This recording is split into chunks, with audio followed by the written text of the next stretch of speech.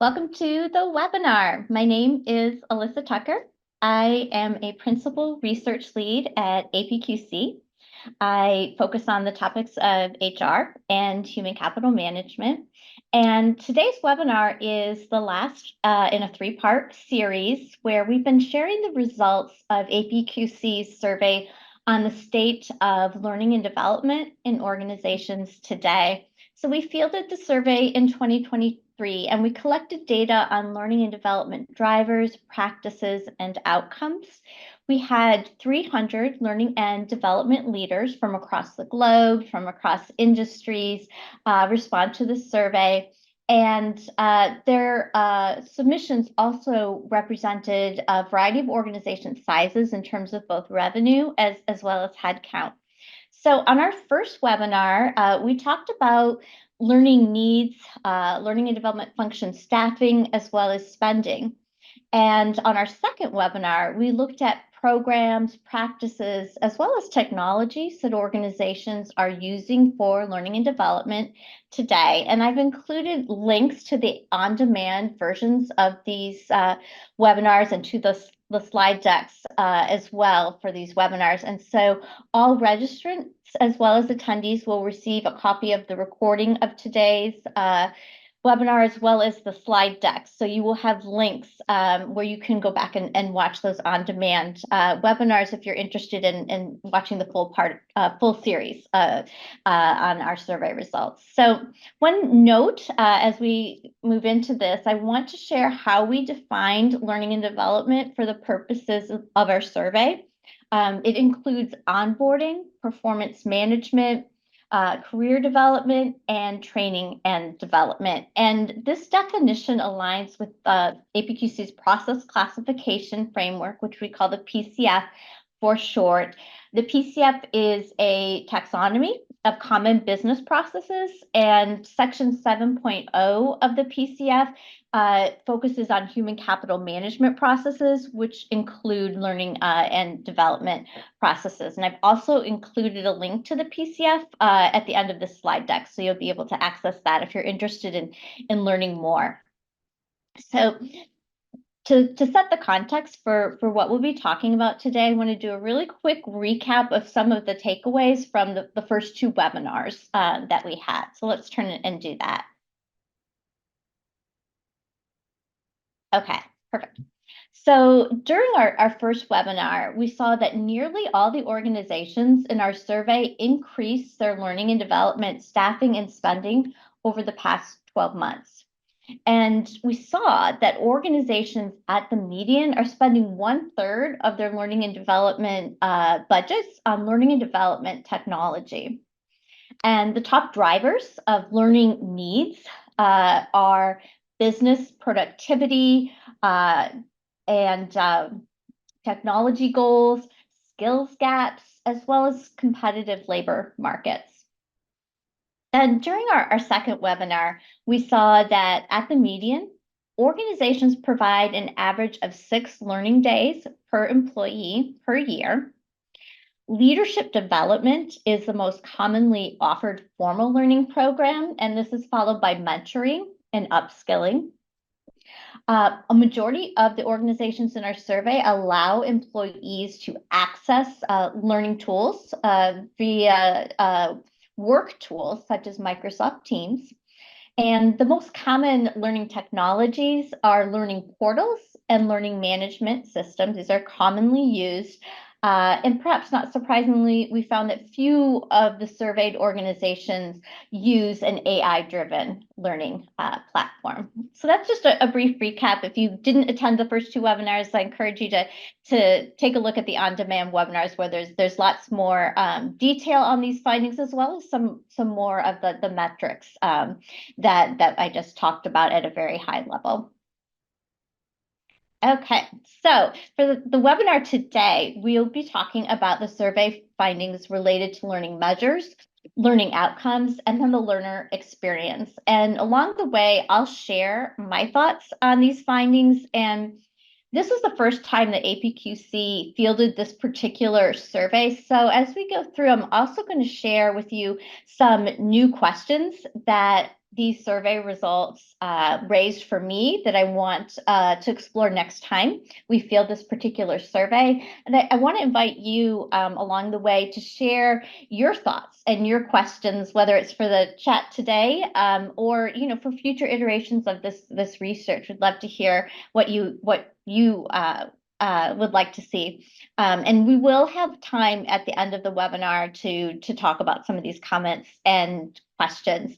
And then one last note, we are in the middle of conducting a more advanced analysis on these results. And the goal of this is to provide prescriptive guidance on how organizations can optimize learning and development. So more to come there as well. Okay, so learning measurement is a topic that we are consistently asked about at APQC, and I was thinking about this in preparing for the webinar today. Why is this such a hot topic? And some of the things that came to mind for me are there really are a lot of ways that learning can be measured. Securing funding for future learning programs requires that learning leaders are able to demonstrate that there's been a return on previous learning investments. And then this is a big one, I think, quantifying the value of learning in general, but also more specifically, the value of learning in relation to business objectives is not easy. And so I think these are some of the reasons why this is such a hot topic today. So we're going to delve more deeply. We're going to talk about what learning measures organizations are using, and then we're going to talk about how effective learning leaders are finding these measures to be. So let's take a look. So on the left-hand side of this slide, you can see that employee productivity and employee performance ratings are the most commonly used measures for L&D among our survey participants. And these are measures of learning outcomes. And in fact, nearly all of the most commonly used measures that we saw in this survey are measures that assess learning outcomes. Then if you look at the right-hand side of this slide, you'll see that total number of learners and number of learning minutes or days per employee are among the least commonly used learning and development measures. And these are measures of learning activity. And I actually expected that our results would show the opposite. I expected to find that measures of learning activity would be most commonly used and that measures of learning outcomes would be least commonly used. And this is because learning activities tend to be easier to measure, tend to be easier to collect data on. But activity measures really don't speak to the full value of learning investments. So while they're easier to collect, their value or their usefulness is more limited, especially given today's context where we're seeing rising popularity of data-driven decision-making within organizations, where we're seeing for the L&D function a lot of advances in learning and development technologies, and with that comes more readily accessible analytics capabilities. And then as we just looked at in our recap, growing learning and development budgets. So I suspect that these kinds of trends have really made it necessary for learning and development functions to work on adopting more measures that demonstrate the value of learning investments. So more focus on those outcome measures as opposed to maybe those activity measures. And I'm going to talk a little bit more about outcome measures in a moment, but I first just want to look at the variety of ways, as you can see on this slide, that organizations are measuring learning. So some of the other learning measures that we saw organizations use are number of courses or learning activities completed, post-learning assessment or test scores, learner satisfaction scores, manager satisfaction with learning, time to productivity, number of internal promotion, percentage of the workforce that's in compliance, return on investment in learning, number of certifications earned, and also number of internal moves or lateral moves. Great question, Mary. How do participants measure time to productivity? Yeah, and employee productivity. We're going to talk a little bit more about that, and I can also provide you with some more specific formulas as to options for how you can do that. So there are a lot of ways to measure learning, and when we talk about a measure such as employee productivity, there's actually multiple ways an organization could measure that. So I want to talk just a little bit about how do you decide what measures to use at your organization. I put together some of APQC's kind of tips or guidance for choosing measures. So these include choosing measures that align with your organization's L&D and human capital goals, and these ideally should be aligned with your business goals. Then try to select a balanced set of measures. So looking at learning spending, efficiency, productivity, cycle time measures, and then try to select at least one outcome measure. So an example would be improvements in the average employee performance ratings at your organization post learning. And then one final tip is to choose measures that your organization is capable of collecting today. So measures that you already have, access to the data that you need and to the systems that you need, and that you already possess the know-how to use them for learning measurement. That's a good starting point. So we asked learning leaders to rate how effective they are at measuring different aspects of learning. And roughly half said that their organization is very effective at measuring the impact of learning on employee performance, the impact of learning on business performance, when learning is taking place, and then when learning is being applied at work. And given the fact that, as we saw in the recap slide, organizations have increased their spending on learning and development, I think these findings are noteworthy. I think it's noteworthy that learning leaders are confident in their ability to measure the return on these investments. I think that bodes well for being able to sustain these investments levels into the future. One question, though, that came to my mind in seeing these results is, how would business leaders respond to these same questions? Because business leaders often need to be convinced of the return on learning investments in order to make future investments, and they may not be as readily convinced, may not be as well versed on the benefits of learning to the business as perhaps learning leaders are. So I wonder, would business leaders require a more stringent level of measurement, more quantitative or correlational evidence? So next time we do this survey, I want to delve in and look a little bit more closely at that. So now let's turn and talk about some of the types of outcomes that organizations are seeing from their increased investments in learning and development. So on this slide, we've listed the most common outcomes that survey respondents attribute to learning, and these include revenue growth, profit increase, improved employee performance ratings, stronger employee talent pipelines, shorter time to productivity, more internal promotions, and more internal transfers. Now, the top two items on this list are business outcomes, while the other items on this slide are workforce outcomes. In theory, realizing workforce outcomes contributes to realizing business outcomes.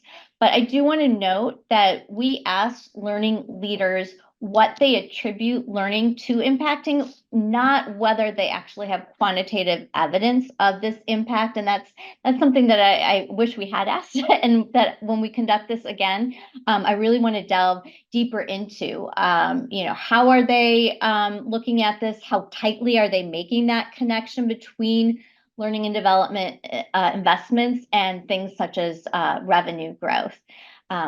We often do get asked at APQC, how do you demonstrate the impact of learning? So I put together some tips or some questions that can help you think about, how to do this at your organizations, more than in just like theory. And so let's take just a look at some of this. Overall, we recommend taking a collaborative approach that centers on business goals, and that ideally, a learning professional and their business stakeholder would work through the questions that we have on the slide to help them determine, the best path for measuring learning values. So starting out, looking at, what is it that that business stakeholder needs to achieve?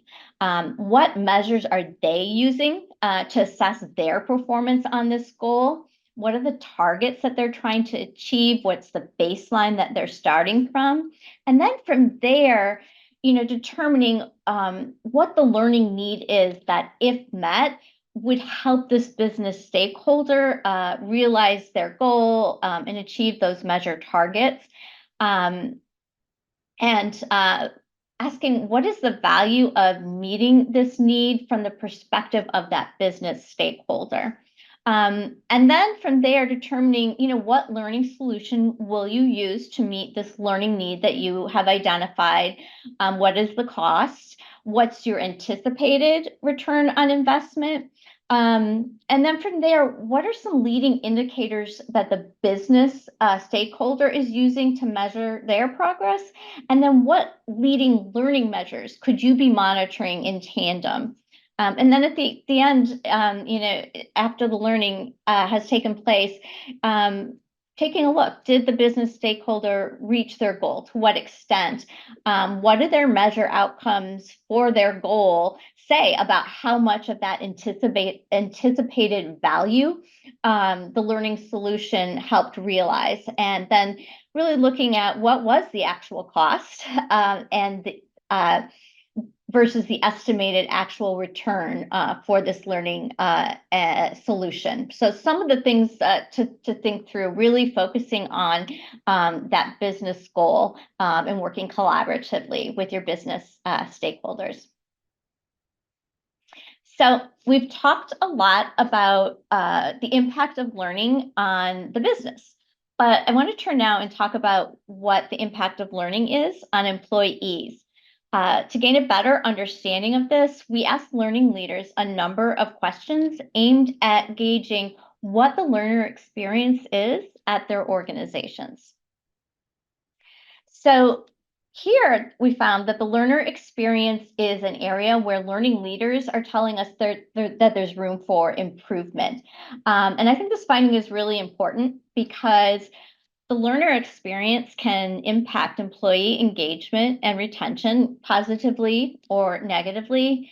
And because shortfalls in the learner experience signal areas where organizations are failing to realize the full value of their learning investments. So to give you an example, only 39% of learning leaders told us that employees at their organizations are aware of all the learning available to them. So this indicates that learning investments are being underutilized.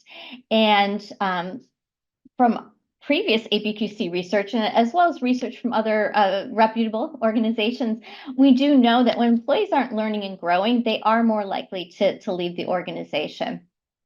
So from our survey results, there are some other aspects of the learner experience where there really are opportunities for organizations to improve. And these include providing access to learning in the flow of work, providing employees with time to learn, empowering employees to learn without manager approval, providing access to internal experts for learning purposes, and then empowering employees to create learning content for their peers.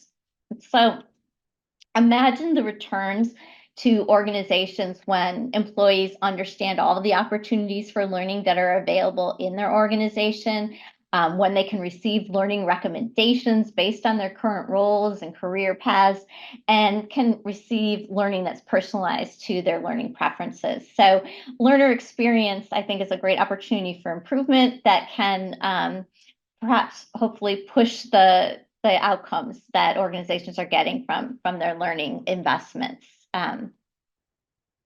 So when you're looking to improve the learner experience and in turn reap those the full value of your learning investments, organizational culture can be a powerful agent of change.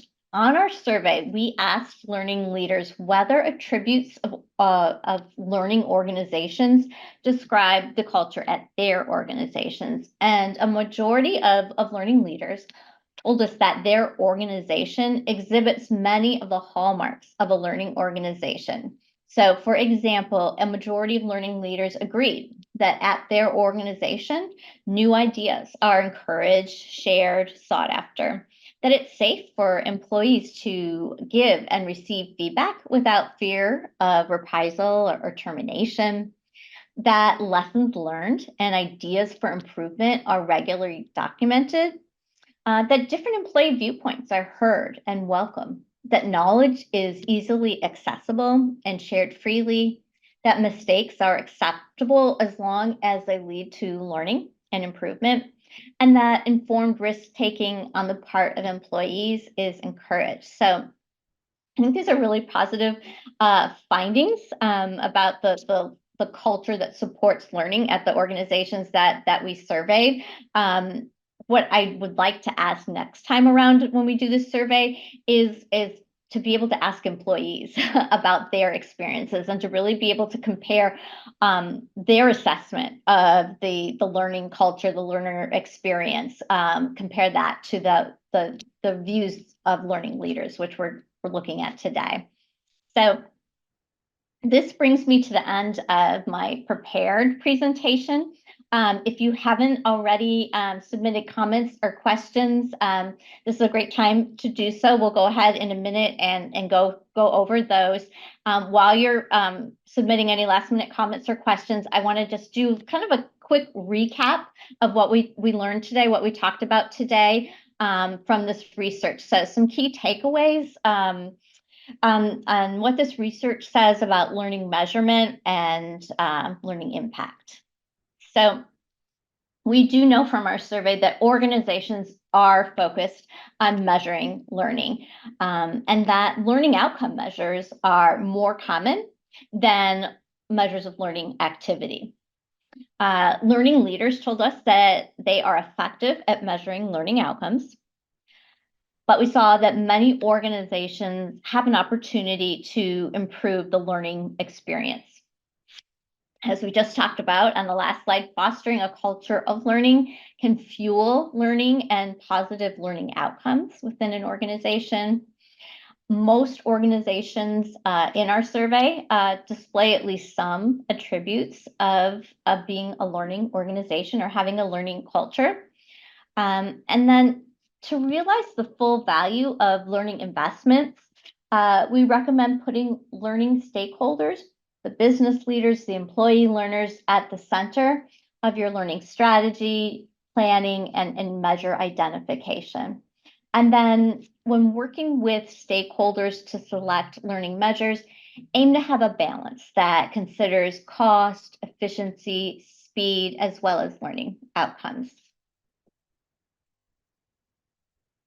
So APQC members can learn more from the resources in our current state of learning and development content collection. I've also included on this slide, as I mentioned earlier, links to the slides and recordings for the first two webinars in this series. And just a note as well, APQC members can register to join us for an upcoming measure webinar that talks about it's really an introduction to measuring learning and development. So in this webinar, we'll be going more deeper into actual measures, formulas, and metric data. So that will definitely be a time when we will delve more into how do you measure time to productivity? What are different ways that you can measure things such as employee productivity?